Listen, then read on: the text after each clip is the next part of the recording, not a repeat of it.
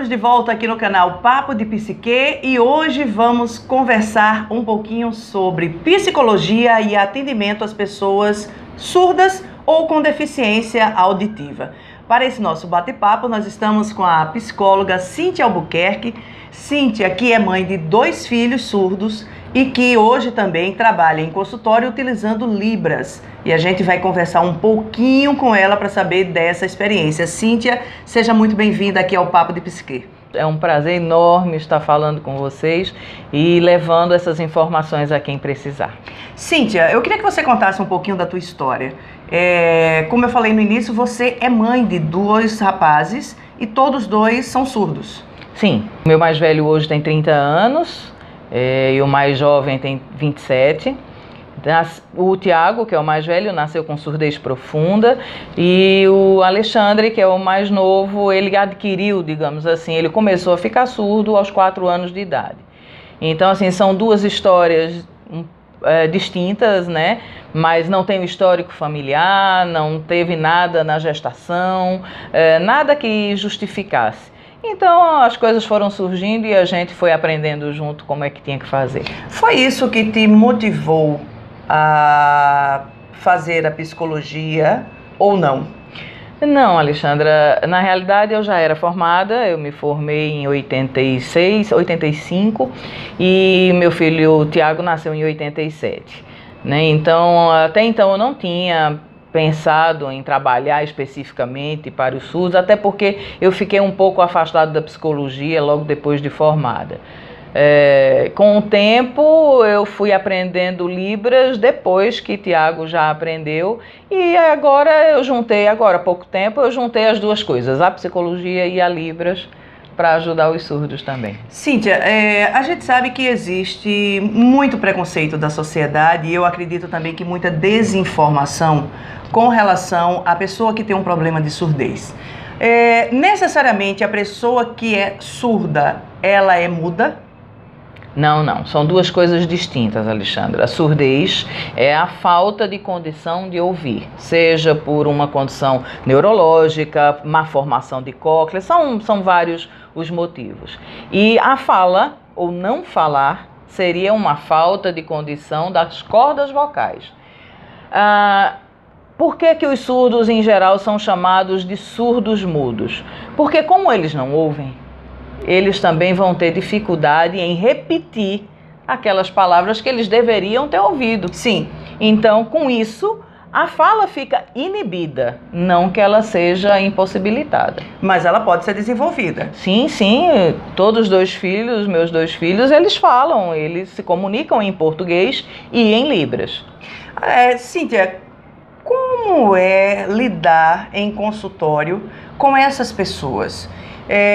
São situações mais particulares em relação aos chamados ouvintes, que são aquelas pessoas que ouvem normalmente, ou não? Existem características, existem situações que são mais peculiares às pessoas que têm esse tipo de situação, ou seja, que é surdo no caso?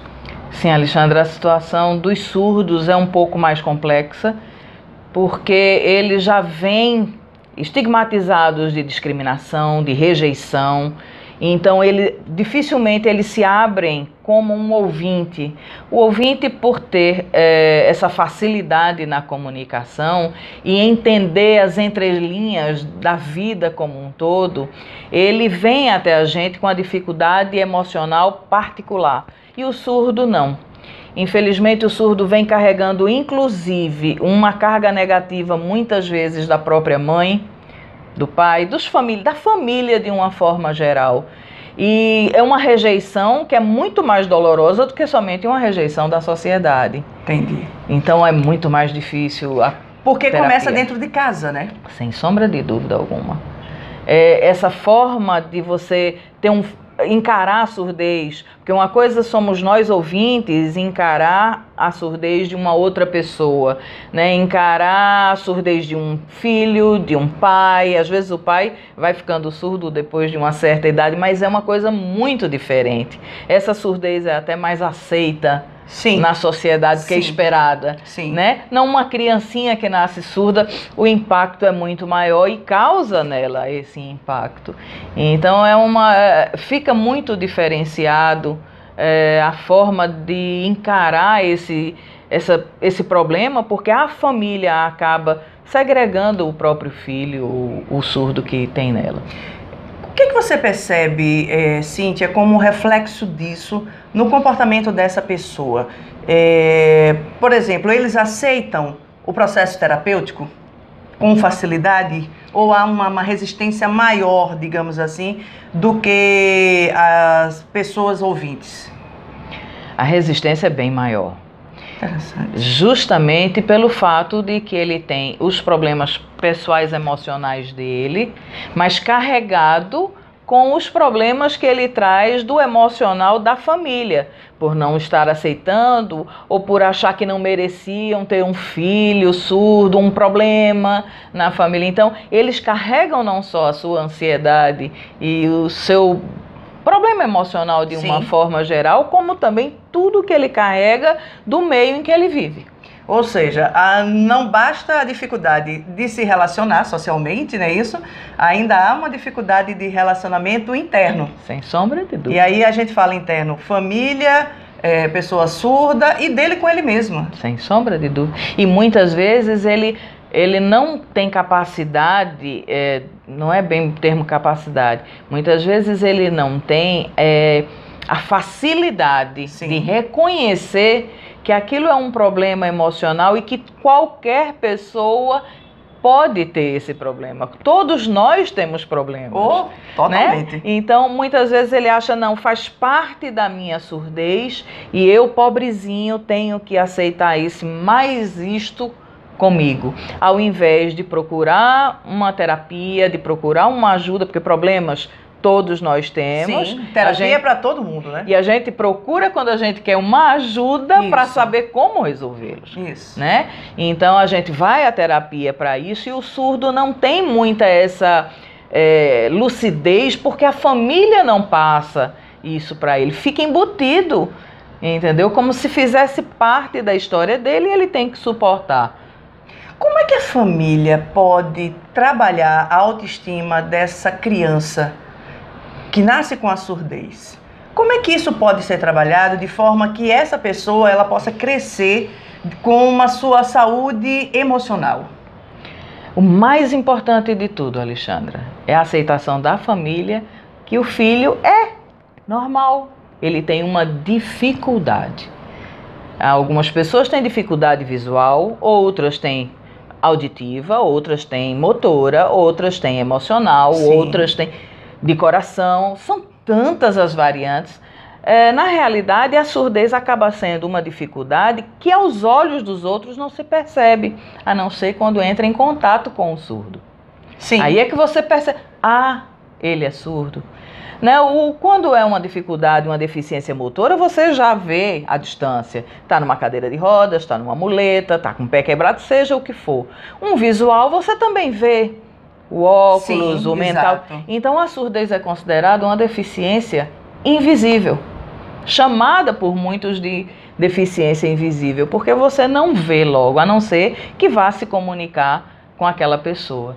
Então isso também permeia eles. Quando você trata seu filho com normalidade, que faz parte da família, você brinca, você conversa, você fala, e isso eu me ponho inclusive como exemplo que Tiago era pequenininho, a gente passeando no Tiago shopping. É o seu filho mais velho, É o mais velho, que nasceu com surdez profunda.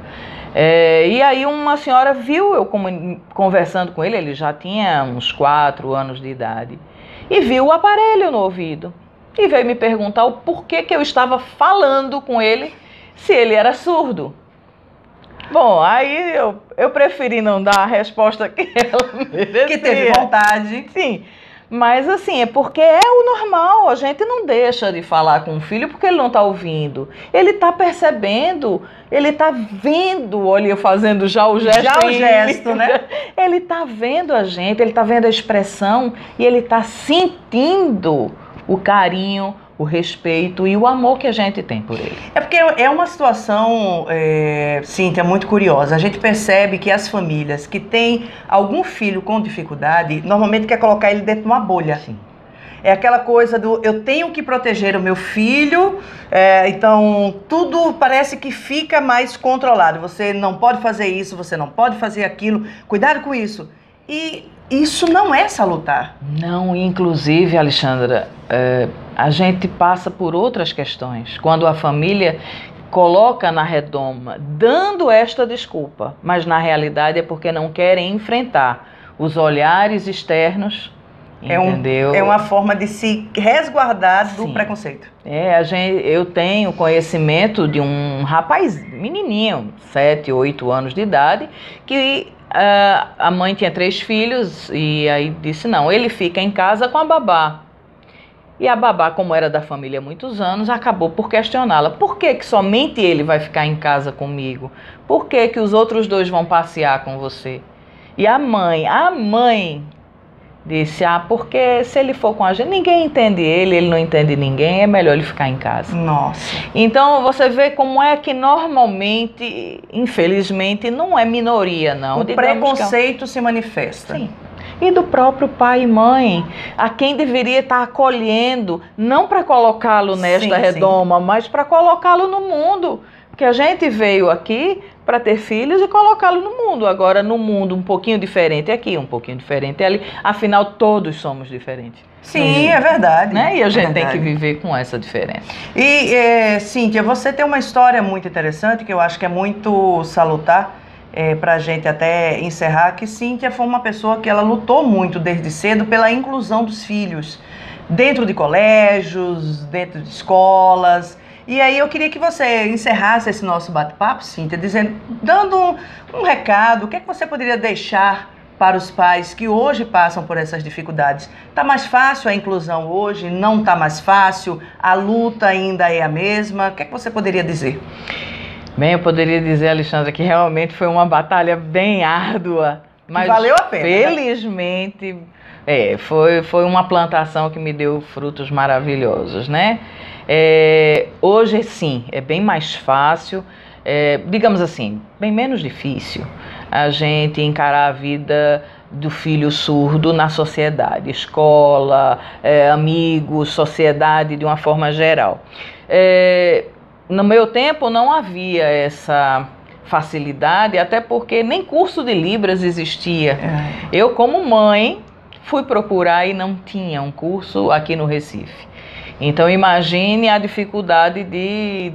Nós estamos falando de quanto tempo? Qual a idade do teu mais velho? 30 anos. Então, gente, são apenas 30 anos que separam uma realidade, digamos assim, de total exclusão. Sim. Para uma realidade não de total inclusão, mas de uma realidade hoje onde a inclusão é um assunto que está em voga, onde isso está se falando mais abertamente. Exato, e frequentemente, felizmente. Né? Então, imagine você que eu tive a dor de ter meu filho rejeitado em 3 escolas, quando ele tinha apenas 6 anos de idade, porque a escola disse que não tinha condições de aceitá-lo, porque não sabia como ia lidar com ele. E eu disse simplesmente, olhe de frente, fale um pouco mais devagar, e ele vai perceber. Ele não ia entender tudo, eu sei que não, mas ele ia perceber. Então, as dificuldades foram realmente muito grandes. Ele foi oralizado por medo meu, de que ele, num mundo que já existia uma escola só com Libras, ele não sabia ainda, mas aí sim, eu tinha medo, porque se a própria sociedade já o excluía antes de conhecê-lo, imagine depois que conhecesse, quando ele só soubesse Libras. Sim. Né? Portanto, hoje, com essa divulgação da Libras, com inúmeros cursos que a gente vê sendo oferecidos por aí, isso vai dar um suporte maior para os pais que hoje vão começar, que eles vão estar oferecendo para o filho a possibilidade de ser bilíngues desde pequenos. E a gente, quando fala bilíngue, muita gente faz, não, mas é Libras ou é oralizado? Como é que vai fazer? Gente, tem gente Vai que ser fala... da escolha de cada um, né? E quantos falam inglês e português crescem numa família, Sim. né, falando português, mas estão nos Estados Unidos, estão aprendendo as duas línguas também. Isso. E isso não invalida nada, nem complica a vida deles. Então hoje sim, é bem mais fácil uma família conseguir encontrar um lugar, um apoio, uma orientação, coisa que eu não tive, nem Você orientação. teve que ir à luta sozinha. Eu né? fui no instinto materno, infelizmente o instinto Graças a materno Deus que o instinto funcionou e funcionou direitinho, funcionou, gente. Só para vocês terem uma ideia, os 2 filhos da Cíntia, eles são oralizados. O Tiago, que é o filho mais velho, ele hoje tem mestrado, ele atua hoje aqui numa universidade em Caruaru como professor, Sim, não é isso? Está formando outros profissionais para trabalharem com Libras. Eu acho que isso vai fazer uma diferença muito grande daqui a alguns anos. E o segundo filho da Cíntia, que é o Alexandre, meu xará, também oralizado e hoje trabalha como na área comercial. Isso. Então é um trabalho que deu certo. Cíntia, eu queria te agradecer a presença aqui, a possibilidade da gente conversar com você, saber um pouquinho. A gente promete que depois traz Cíntia, assim que puder, para outras oportunidades aqui no Papo de Psique. E eu queria que você deixasse o endereço e o telefone do seu consultório para quem tiver interesse e quiser conhecer, porque inclusive eu acho que não só os filhos, mas os pais também precisam de um acompanhamento psicológico. Eu acho que você pode dar uma ajuda nesse sentido também. Sem sombra de dúvida alguma. Inclusive era uma coisa que eu, como mãe, gostaria de ter tido a oportunidade de conhecer outros surdos já adultos para saber a possibilidade de futuro para os meus filhos. Só complementando um pouquinho em relação aos meninos, o Tiago, com 30 anos, como a Alexandra falou, hoje ele já entrou para o doutorado, ele é doutorando. Então, mais um orgulho para mim. O Alexandre, ele fez implante coclear. Isso, recentemente. Recentemente. Então, assim, a gente menciona que a comunidade surda é uma comunidade muito restrita e eles, de uma certa forma, eles continuam se agrupando. Mas a gente vê, dentro da minha própria casa, eu tenho níveis e níveis de surdez, porque além dos filhos, eu tenho 2 noras surdas. Então a gente tem os níveis, o Tiago surdo profundo, que muitos anos usou o aparelho, hoje às vezes usa, às vezes não, mais não usar do que usar, professor de universidade, mestre, doutorando. O outro que não foi surdo profundo, perdeu aos 4 anos, usa aparelho, resolveu fazer implante. As 2 noras com um nível intermediário de surdez, o neto ouvinte. Então, gente... Ou seja, ela tem um neto, gente, que nasceu de 2 pessoas com problemas de surdez. Sim. E a criança ouve normalmente. Ou seja, não tem problemas. Então, só pra gente entender, Cíntia, como é importante a gente não cercear o direito das pessoas de serem felizes. Perfeitamente. Isso, eu acho que isso é muito importante. A gente vê a pessoa que tem uma deficiência de surdez visual e tudo, tratar ela como uma pessoa normal e ver que ela tem capacidade, sim, de ter uma vida normal, gente. Normal. Perfeitamente. É uma limitação que pode acontecer de uma hora para outra comigo, com você, de uma hora para outra. E aí, como é que eu e você gostaríamos de ser tratados se de repente agora a gente ficasse sem enxergar, por exemplo? Nós gostaríamos de ser tratados como coitadinhos ou gostaríamos de ser tratados como pessoas normais e aprender, né, com capacidade intelectual e viver nesse mundo? Perfeitamente. Então, Cíntia, deixa aí o endereço e o telefone para entrar em contato com você. Meu consultório é na Rua Jornalista Paulo Bittencourt, 155, sala 302. E aí vocês podem entrar em contato comigo pelo meu celular, falando ou por WhatsApp, é o 996568171. 996568171. E o código é o 81, tá, gente? Que é o código aqui de Pernambuco. Cíntia Albuquerque, muito obrigada e até a próxima. Alexandra, muito obrigada e um prazer estar com vocês. E muito obrigada a você que esteve conosco até agora aqui no Papo de Psique. Até o nosso próximo encontro.